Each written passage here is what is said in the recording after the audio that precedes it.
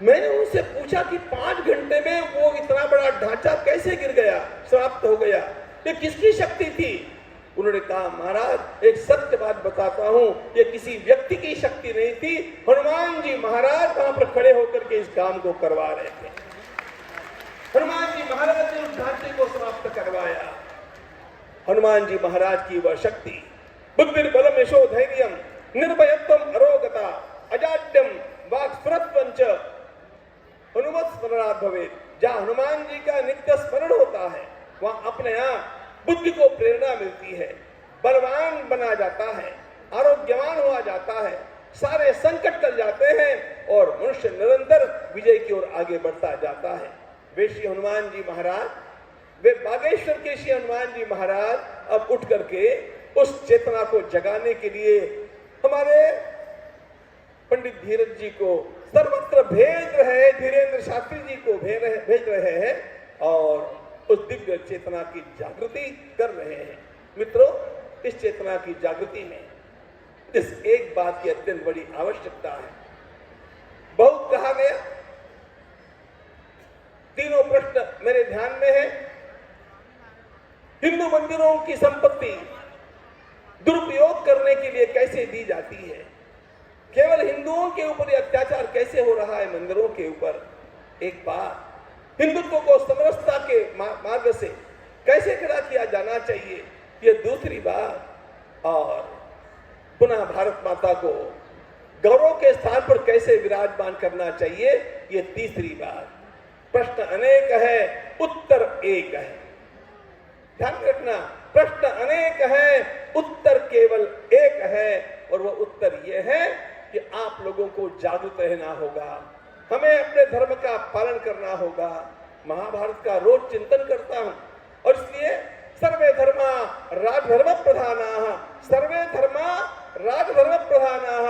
और इसलिए हम लोगों को अब एक निश्चय करना चाहिए, इन तीनों समस्याओं का समाधान यदि आप लोग प्राप्त करना चाहते हैं तो एक नारा आपका होना चाहिए, तीसरी बार 400 पार।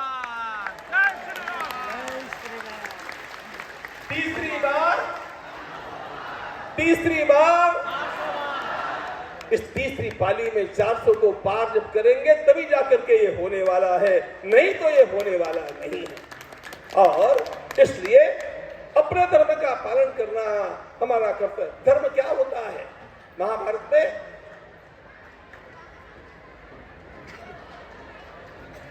तप की व्याख्या की गई। सारे साधु महात्मा तपस्वी है। तपस्या क्या होता है? तपस्वधर्मवर्तित्व, तपस्वधर्मवर्तित्व, अपने धर्म का पालन करना, अपने कर्तव्य का पालन करना, यही तप है। हम अपने कर्तव्य का पालन करते हैं क्या?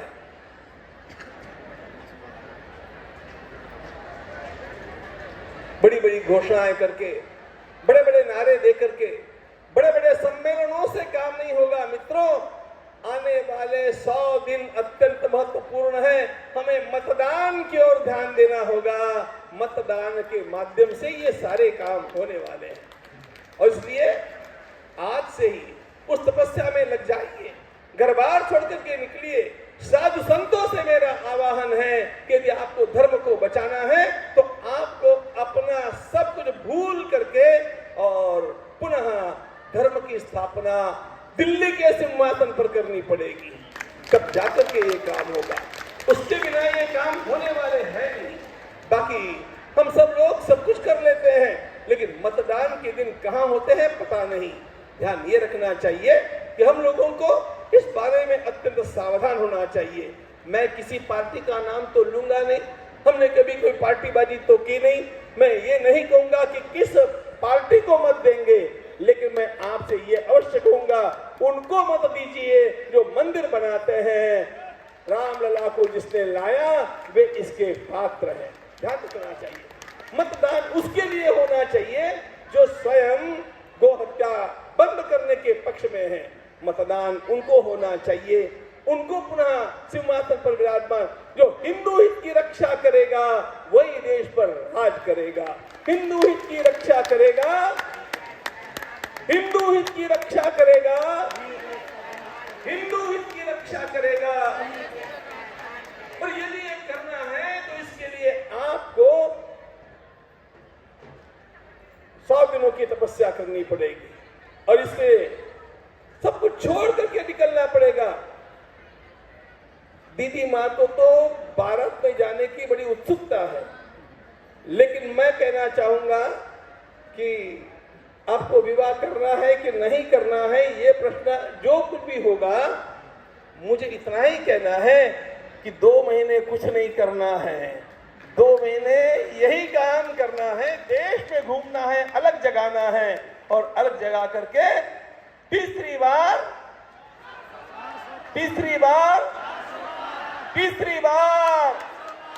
यह करेंगे तो ही सब कुछ होने वाला है। इसके बिना कुछ भी होने वाला नहीं है। आप लोगों को लगेगा कि ये राजनीति की बात है, राजनीति की बात नहीं है, ये राजधर्म की बात है और यह हमें हमारे भगवान वेदव्यास जी महाराज ने सिखाया। पांडव एक बार चर्चा करते हुए बैठे थे, भगवान श्री कृष्ण चले आए, पूछा क्या चला है? धर्मराज ने कहा युद्ध करना धर्म होगा कि धर्म नहीं होगा, इसका विचार चला है। महाभारत का अध्ययन करता हूं महाराज। भगवान श्री कृष्ण ने कहा धर्म की चर्चा छोड़ो, विजय कैसे मिलेगा इसकी चर्चा करो। विजय प्राप्त करना ही आज का धर्म है, यही समाज के ध्यान में आना चाहिए। हमें विजयी होकर के रहना है, हमें विजय को प्राप्त करना है। मित्रों, 370 ऐसे ही नहीं हटा, राम जी का मंदिर ऐसे ही नहीं बना, काशी विश्वनाथ का जीर्णोद्धार ऐसे ही नहीं हुआ, महाकाल का वो देवालय इतना सुंदर ऐसे ही नहीं बना।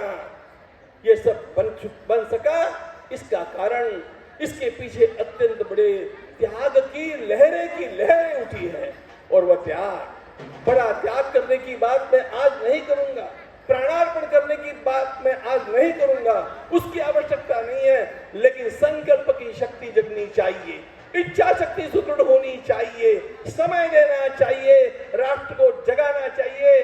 मैंने यहाँ पर सुना, यहाँ के कार्यकर्ताओं को नींद नहीं, समय पर भोजन नहीं, उनको नींद की परवाह नहीं, खाने की परवाह नहीं, बिना सोए, बिना खाए पिए, बिना किसी बात की परवाह किए जब यहाँ का साधु काम करेगा तब जाकर के हिंदू राष्ट्र खड़ा होगा महाराज, तब जाकर के खड़ा होने वाला है। अरे हिंदू राष्ट्र खड़ा क्या होना है? वास्तव में भारत हिंदू राष्ट्र है ही, भारत हिंदू राष्ट्र था, भारत हिंदू राष्ट्र है, हिंदू राष्ट्र तो रहने वाला है। वो क्या गया है? हिंदुत्व की पहचान हिंदू भूल गया, हिंदुत्व की पहचान हिंदू के भूल जाने के कारण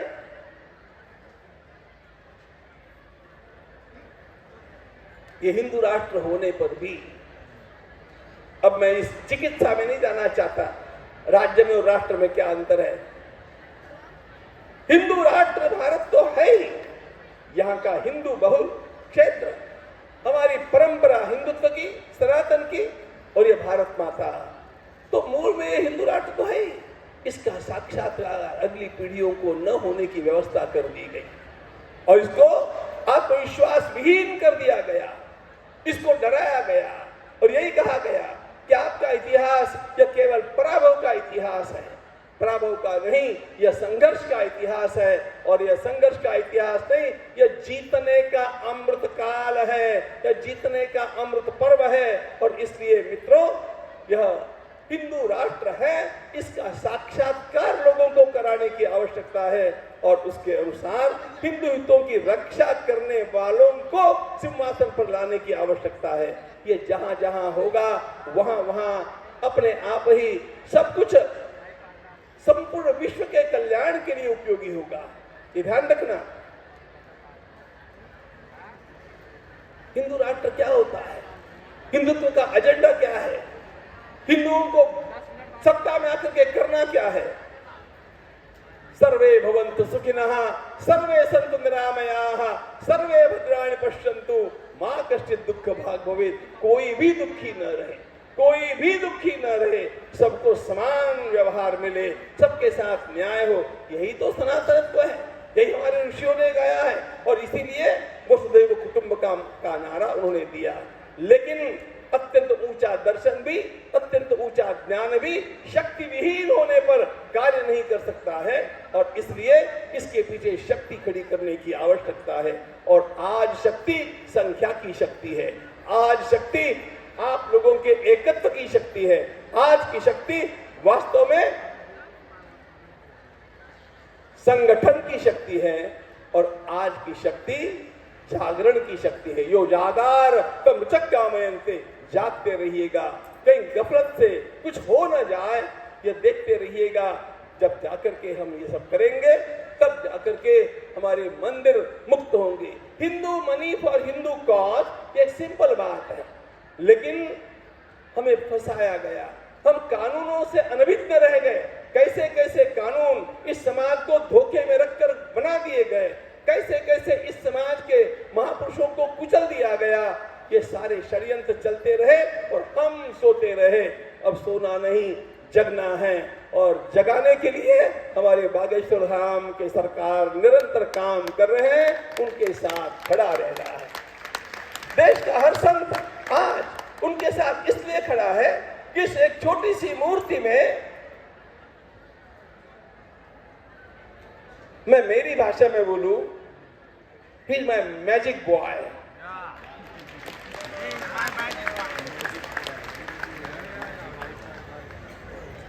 इतनी सारी क्षमता भगवान हनुमान जी ने भर दी, और इतनी सारी क्षमताओं के माध्यम से इतने सारे कार्य होने पर भी धन्य है उनके भीतर अहंकार छू भी नहीं गया है। उनकी सरलता, उनकी सहजता, उनकी निरंतरता, ये उनकी शक्ति का रहस्य है, ध्यान रखना। और इसलिए हम तो यही कहेंगे कि शास्त्री महाराज आगे बढ़ो, हम तुम्हारे। कौन कौन है भाई? शास्त्री महाराज आगे बढ़ो, हम तुम्हारे। देश का हर व्यक्ति उनके साथ है, और उनको साथ में रख करके आगे चलते हुए हम लोगों को यही विश्व सर्वत्र निर्माण करने हैं। जिस प्रकार की करुणा उनके अंतःकरण में भरी हुई है, और जैसे इन कन्याओं के विवाह आदि कार्य के माध्यम से वे, जैसा दीदी माँ ने कहा, एक और करुणा का स्रोत बहा रहे हैं, दूसरी ओर क्रांति का शंखनाद कर रहे हैं। यही आवश्यकता है, यही आवश्यकता है, यही भारत के संत की पहचान है। और इसीलिए इस प्रकार की मशाल लेकर के आगे चलने वाले हमारे सरकार से यही कहेंगे, आप अकेले नहीं हैं। वे कहते हैं कि आप मेरे साथ रहिएगा। सारा भारत उनके साथ है, जो यहाँ आया वो भी उनके साथ है, जो यहाँ नहीं पहुंचा है वह भी उनके साथ है। यह प्रेरणा सर्वत्र पहुंची है।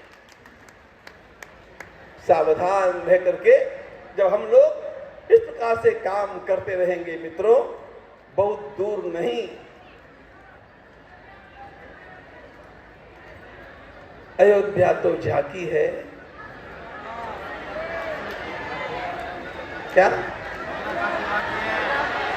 अयोध्या तो झांकी है, पियो के भी बाकी है। हम लोगों को पियो के तक जाना। सिंधु के बिना हिंदू कैसे रह सकता है? कटा हुआ मस्तक कश्मीर का भारत माता का कैसे हो सकता है? और इसलिए हम लोगों को थमना नहीं है, हम चल पड़े हैं। बस एक बात का ध्यान रखिएगा, आपस में निंदा करना त्याग दीजिए। हमारे साधु संतों की निंदा सुनिए मत, करने वालों का मुंह तोड़ जवाब दीजिए। ये धर्म निंदा सुनने के लिए नहीं है। कोई मेरी व्यक्तिगत आलोचना करता है तो मैं सुन लूं। स्वामी विवेकानंद महाराज संत थे, साधु थे, सच्चे सन्यासी थे, लेकिन जब किसी ने हिंदू धर्म की आलोचना करना चाहा तो उन्होंने कहा, एक तो मेरी ओर से समझ लो, नहीं तो उसका कुर्ता पकड़ लिया, उठा करके समुद्र में फेंक दूंगा, लेकिन मैं मेरे धर्म की निंदा नहीं सुन सकता हूं। इस प्रकार से उन्होंने कहा, तब जाकर के वो ठंडा हुआ।